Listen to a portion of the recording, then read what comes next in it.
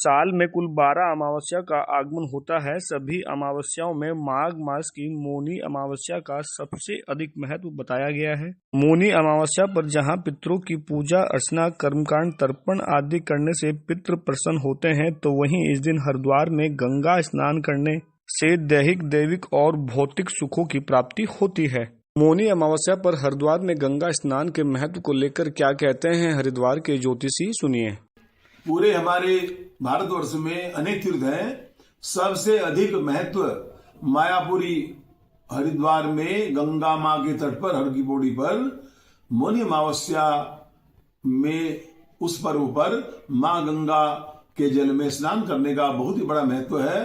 तत्पश्चात पूर्व दिशा में भगवान सूर्य की उपासना और मन ही मन में भगवान विष्णु जी की ओम नमो भगवते वासुदेवाय, ओम नमः शिवाय। और 29 तारीख बुधवार के दिन जो मौनी अमावस्या का पर्व पड़ रहा है, इसमें हमारे हरिद्वार में इस तीर्थ का बहुत ही अधिक महत्व है। इसीलिए यहाँ पर आए और इस तीर्थ स्थान में आकर के मौनी अमावस्या के दिन स्नान करें। मौनी अमावस्या में गंगा में स्नान का बहुत ही महत्व है, और महत्व इसलिए है क्योंकि सबसे एक प्रसन्नता की बात यह है क्योंकि यहाँ पर सबसे पवित्र जल हमको, सभी भक्तों को जो स्नानार्थी उनको प्राप्त होता है।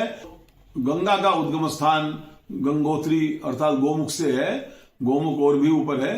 और आकर के यहाँ गंगा के तट पर, जो हर की पौड़ी पर जब यहाँ गंगा आती है, तो पूरे संसार में गंगा का महत्व पूरे हरिद्वार में ही है और इतना कहीं भी नहीं है। क्योंकि हरिद्वार में बहुत ब्रह्मा जी ने भी तपस्या की थी, जहां ब्रह्मकुंड का मंदिर है।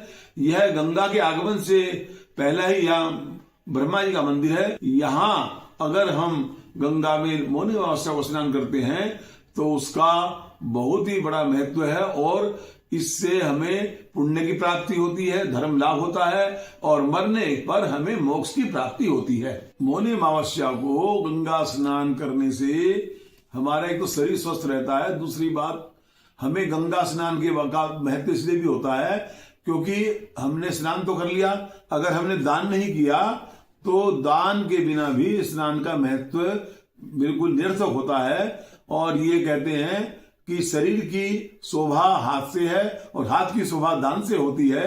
इसीलिए जीते जी हमें अपने हाथों से दान अवश्य ही करना चाहिए। मौनी अमावस्या को अन्न का दान और वस्त्र का दान, फल का दान एवं मिष्ठान का दान यदि करते हैं तो हमारा हरिद्वार में आना सार्थक होता है। और माँ गंगा में यदि हम स्नान करते हैं तो हमें पुण्य की प्राप्ति होती है।